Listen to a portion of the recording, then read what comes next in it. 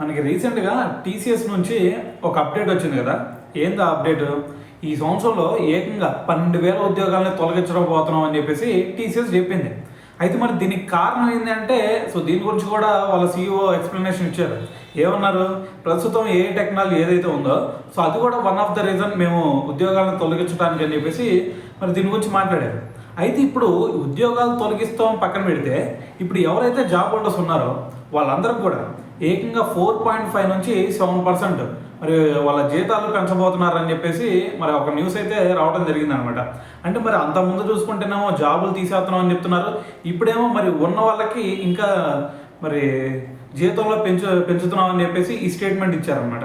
అయితే మరి ఇది ఎప్పటి నుంచి అమల్లోకి వచ్చిందంటే, మరి దీనికి సంబంధించి సెప్టెంబర్ నుంచి మరి ఆల్రెడీ వాళ్ళకి మెయిల్స్ కూడా వెళ్ళినాయంట. మరి ఈ సెప్టెంబర్ నుంచి మీకు హైక్ ఇవ్వబోతున్నాం అని చెప్పేసి. మరి ఈ సెప్టెంబర్ నుంచి మరి ఆ జీతాలు పెంచే పెరుగుదల అయితే ఉండిద్దని చెప్పేసి మనకైతే ఒక న్యూస్ వచ్చిందనమాట.